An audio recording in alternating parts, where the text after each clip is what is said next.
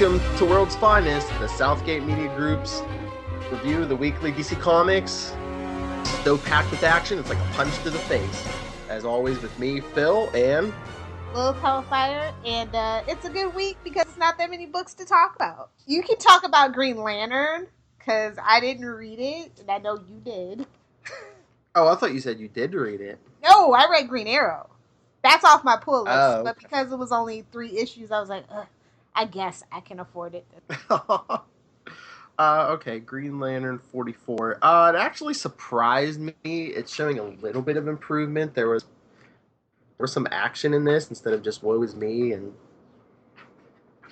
what am I going to do? Basically how I had to fight off some because you call them space pirates who took over this spaceport. Like I said, better than anything I've seen since Convergence from this book. The next issue says they're on the trail of Black Hand, so they're getting there. That's what I've been looking for. You know, how against some of the classic villains, maybe bring them back to Earth. I mean, except for Justice League, he hasn't been on Earth in years. I'm glad you're finding something to get excited about when it comes to Green Lantern. That isn't the Lost Army. I could see a flicker of light that, maybe a little bit of hope. But I'll give this one a 3.5. Okay, what do you want to talk about next? Deal with the Green Arrow. Fine, we can talk about Green Arrow number 44, Secret of the Wolf. Are you serious? Who the hell do you think you are? Jon Snow? Really? Oh, it's so painful. Okay, this is my thing. I just want them to make up their mind about what they want the narrative of Green Arrow to be. Is it going to be supernatural and mystical, or is he going to be on the street, everyday kind of crime fighter? I can't take this back and forth. It's annoying the hell out of me. Yeah, I know. And if anyone talked about my mom like they talked about George's mom, no, there'd be problems. It wouldn't just be an arrow to the knee. It'd be an arrow to the eye, son. And then at the end we get Tarantula, really? It's like people are obsessed with Mike Grail and Jeff Lemire, and it's like, dude, do your own thing. I just can't even with these people anymore. No, when I hear Tarantula, all I think is Devin Grayson. True. You're not wrong. What, now she's gonna rape Green Arrow? Oh God, please not another rape storyline. We all know how Connor came about. That's enough of that. Who is this guy? This is in that last arc was bearable, but now this is just too much. So, what would you give Green Arrow number 44 as a grade? 2.5. Ouch! Is this off your pull list, or? I don't know. I'll give it another chance. This arc, and then if it's not, doesn't come up to anything, you're out, or what? Yeah, probably. Man, I mean, this is off my pull list, but like I said, I just picked it up because I was like, okay, I'll give it another shake, and I feel like I want my money back, honestly. But I give it a 2.75, honestly. White Fang gone wrong. How, what? The thing that, it could have been a 3, but the art is so weird. What is that? That doesn't even look like anything. He's been drawn in recently. It looks like a Ken doll on steroids. Well, I think the whole problem is, like you were saying, I don't think they know what they want to be. Is it a street-level book? Is it a supernatural book? When New 52 first started, Green Arrow and Aquaman were the best things going for it, and Batman Incorporated. The first 2 issues that I read, I was like, yes, and then I heard it was getting canceled, so I was just like, all right, I'm going to focus on these 2. And now, their best titles are going to just going to crap. I don't understand. Did you read Detective Comics 44? I did, and I'm still not impressed. I'm just trying to wait this whole thing out. Well, at least we got more Batman this time. Because it had 2 different narratives. It's that drives me up a wall. It's pick a focus and stick with it. I don't know. And that whole thing with Bullock and Yip, didn't you know that you could see that coming? He faked her death.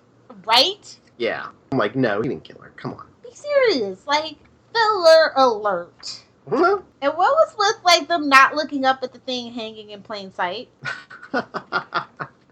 Gotham cops. I don't know. Bullock was the best thing about this title, this issue this week, but that's still not saying much. Yeah, but you didn't even get, like I said, you didn't even get as much as him because we got more Batman. Yeah, and I mean, obviously they have to do that because people are like starting to panic. Like, I don't know about this. Yeah. So I totally understand why they're doing what they're doing. So it's just like, even the Batman part of this issue is just like, Uh-huh. for me personally. And where did Joker's daughter get a giant robot? It was like, you know what it was? It was like Pacific Rim, son. I was just like, at this point, that's all it is. It's just like, stop, please stop. I mean, she's basically homeless. How did she get a giant robot? I don't know, and I didn't really like Gordon belittling JD either. So short for Joker's daughter, y'all. I'm lazy. No, she's hip. Come on. I'm trying to get a selfie stick. I'm trying to do like DC. Uh-huh. I'm just gonna say that Brian and Francis, like, what was this? They're like 16th issue or whatever. I feel like it's actually more bad than good. I'm just like, I can't with this anymore. This is like one issue away from being like, I don't even know what I'm gonna read if I pull this off my list. Like, at first it was Aquaman, then it was Green Arrow, and dude, if I pull Detective Comics, I'm gonna feel like that time when DC Comics canceled Detective Comics, even though it was its name. It's what gave it its name.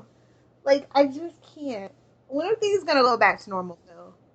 I told you, probably around issue 50. Probably another, 6 months. I'm gonna cry. Hey, next issue, the Justice League. Is that supposed to make me feel better or worse? Hey, you don't know which Justice League we'll get. There's 20. Oh, I do. It's the one I don't like. I guarantee it.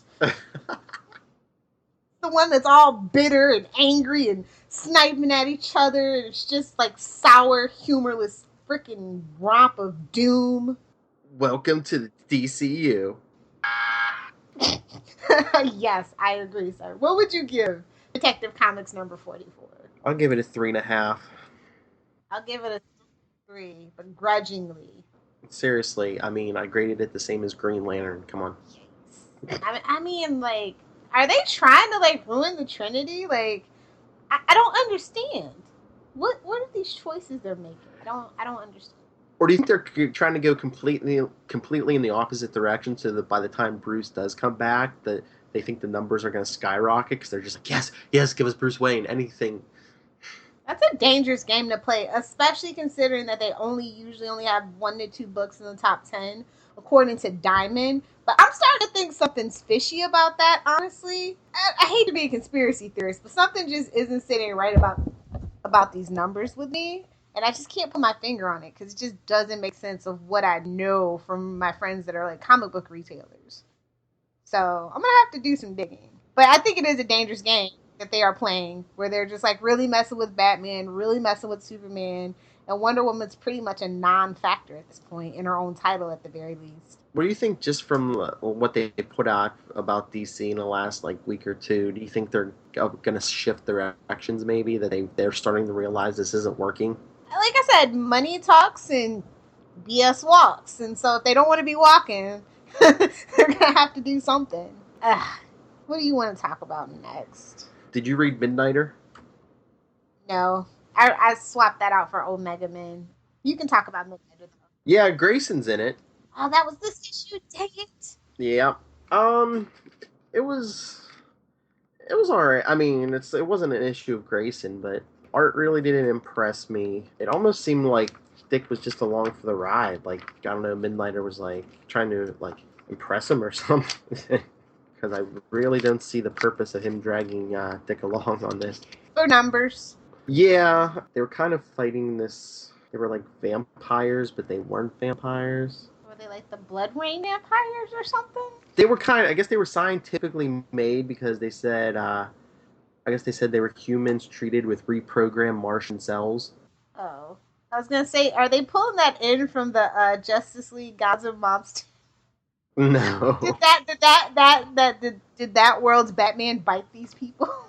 Yeah, it was kind of interesting. I would say pick it up. I'm really interested in what you think about this, but I mean, there's a fight scene and they come walking into a sauna with, And Midnighter and Grayson are just have towels wrapped around their waist. I'm like, why couldn't you just come in your unit? Because they just walk right in, and it seems like they're starting to try to interrogate the guys who are in there. I'm like, why couldn't you just wear your uniforms in there?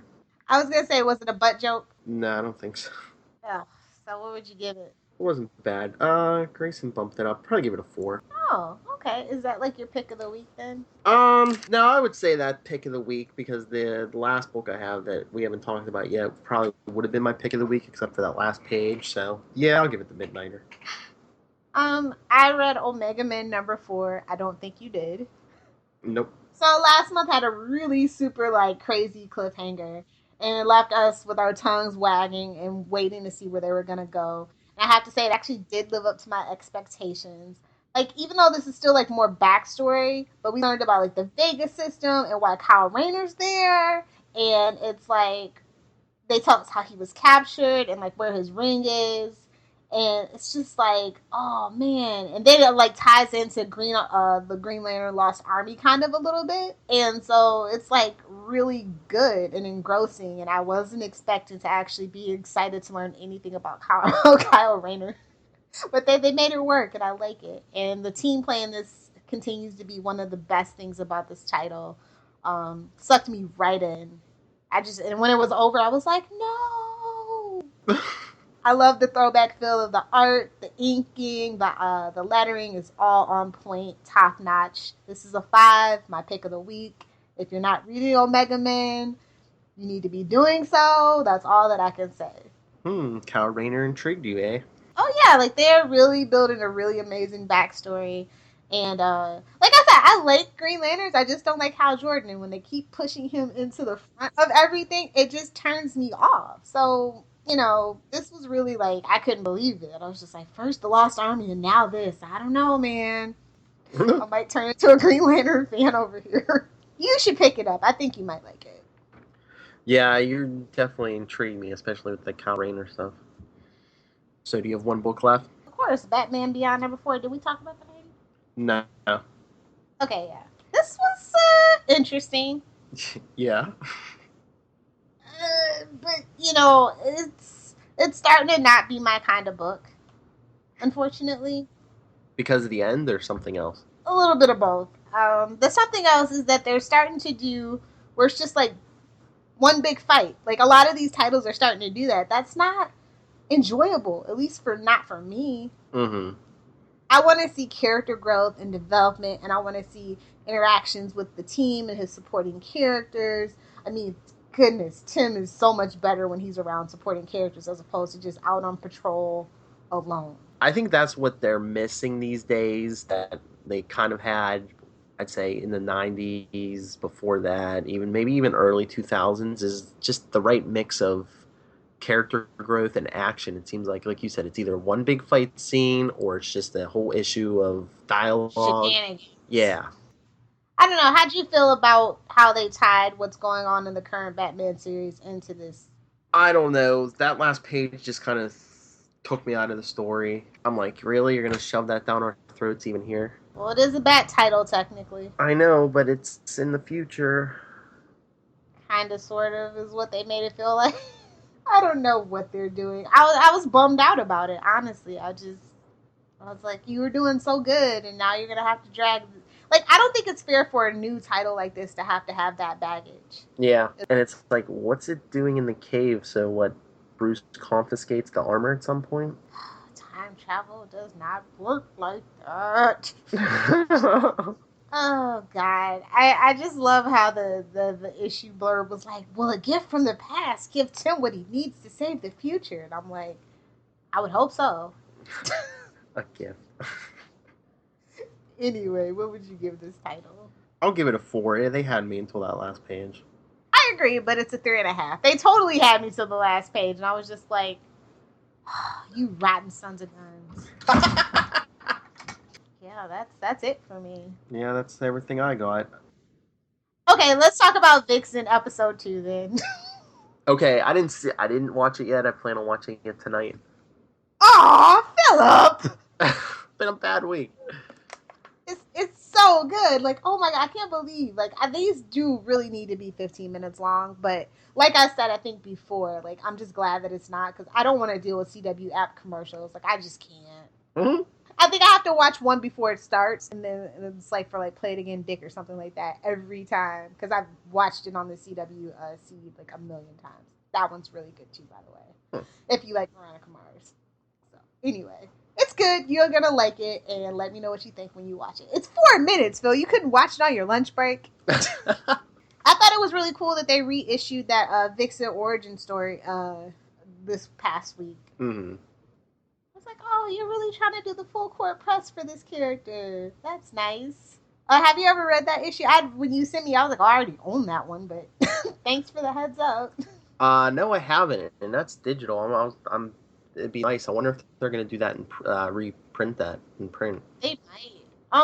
Because of such a resurgence, you could always check your local comic book shop too, though. At least my comic book shops are kind of like that. Like with the Flash, like they were putting out like the old issues and kind of put the 52 in the back a little bit because that's what more people were interested in. Even though technically the Flash TV show is more based on the new 52. Mm-hmm. Yeah, I have a couple.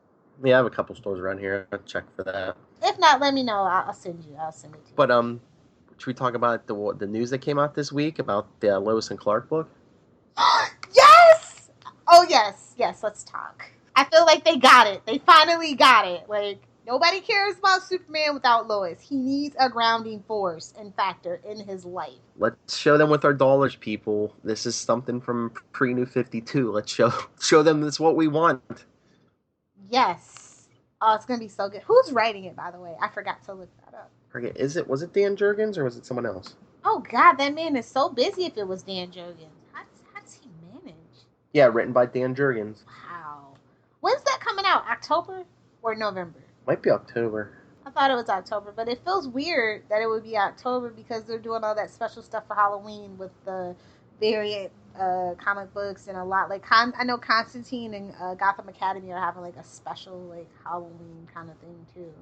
October 14th. But good. I mean, the sooner the better. Oh, yeah. Written by Dan Jurgens, art by Lee Weeks. Hopefully Lee Weeks has gotten over the convergence itch and is more focused. So, I'm assuming that book must have sold well then? Yeah, I mean, I know it had a really good response on the forums that I was reading. People were like, yeah, this is what Superman is missing. So you heard it here, folks. October 14th. Get to your store. Get online. Buy print. Buy digitally. You know what, though? I think that maybe DC should do what Marvel does and offer the digital download in the actual hard copy form. At least if you're gonna sell a book for $3.99, do it. I mean, that's what Marvel. All their books are $3.99, but you get the code with it. Yeah. That's all. That's all. I've just been trying to think of ways for DC to like just get with it and not like with characters with selfie sticks. I don't know. Like it feels weird. Like I don't know. Like I can read some of the older like Batman stuff and it feels timeless, and this stuff feels very dated. Yeah. And I don't know what's better, like the now or like because I know I buy more old back issues than I do new issues every single week. Yeah. Like if I'm gonna go on a weekend or something, yeah, I'm picking up back issues. I mean, at least when it comes to DC, I'm not trying, usually a new series. Yeah, I mean they don't have many, and the ones that they do get, they don't really stick around that long. Yeah, they don't. Like ever since that Batman Incorporated incident, I was just like, if you're canceling a Batman title that people actually like, that gets critical acclaim, I don't even know what we're doing anymore, DC. I don't know if they did Batman Incorporated because of Grant Morrison wasn't going to be on it, but I mean, they had another book. What was it, Batman Gotham Knight or something? They canceled that too. I'm like, really? You're canceling a Batman book? I'm like, I'm sure it probably sells better than some of the stuff you put out. Yeah, I don't know. I don't know what's going on. I definitely think DC needs a little bit more restructuring. I think they need somebody a little younger, at least on the board, to kind of go, hey, it can't just all be selfie sticks. You actually have to adjust your attitudes towards your fans. You have to make sure your creators are like on social media and reaching out and not being controversial and dicks to people. I mean, it's a whole organic approach to it that they just don't do, and I don't know why. Well, once again, it's another mix. I mean, I understand wanting to be current, but I mean, you have to keep that classic flavor too. I mean, you have to balance them both. I think that's what people liked about DC before New 52 is like the legacy of the characters, like the Flash characters, and even Batman kind of had that with the Robins and everything. Well, I think what it boils down is to like a sense of family and community, and I don't feel like anybody really has that at this particular point. Everybody Exactly. feels lost. Yeah, I mean, Superman's the loner. Lobo, him and Lobo should have. Oh, that reminds me of that damn Justice League Unlimited episode where Lobo joined because Superman was off in the future. Do you remember that episode? Yeah. I swear one day we're gonna wake up and it's gonna be an actual Justice League issue. Like, I'm just waiting for it. Let's get out of here. We got Jason Todd to talk about. All right, everyone. Are we dead on? Are we crazy? Let us know. World's Finest has its own Facebook page, and you can get a hold of me, NightwingPDP at gmail.com. On Twitter, I'm at NightwingPDP. And I want to start something new. I joined Periscope finally. You could search me either Nightwing PDP or by my name, Phil&rsquo. And I think once I start getting some followers, I'm going to try to do a weekly show where I do videos where I show the DC and Marvel comics I got for the week. Maybe tell you my pick of the week, but you will have to wait for the podcast for the reviews. And I'll probably put them up on YouTube maybe for those who miss it. But give me some followers and I'll give you some content. Good luck with that. Periscope, I don't know. I mean, like, I don't know how that's like picking up. Like, I know a lot of celebrities are using it, so that's a good sign that it might be a format that'll stick around. Yeah. Good luck. Let me know how that works out. Yes. I followed you, by the way. Did you see? Yeah. Of course I saw. You're like the only one, so. You know, you guys can find me on Twitter at Lilith Hellfire. I am on Tumblr. It's lilithhellfire.tumblr.com, and my blog, littlepopculturevulture.blogspot.com. It's been a little lacking, I know, because I've been waiting for the TV fall season to start, and it is almost upon us. So close I can taste Supergirl's cake. Oh, so yeah. All right. Well, that's it. Come back next week as we slog through more DCU. And remember, October 14th, go get that Lois and Clark book. It is a personal favorite to me. Good night.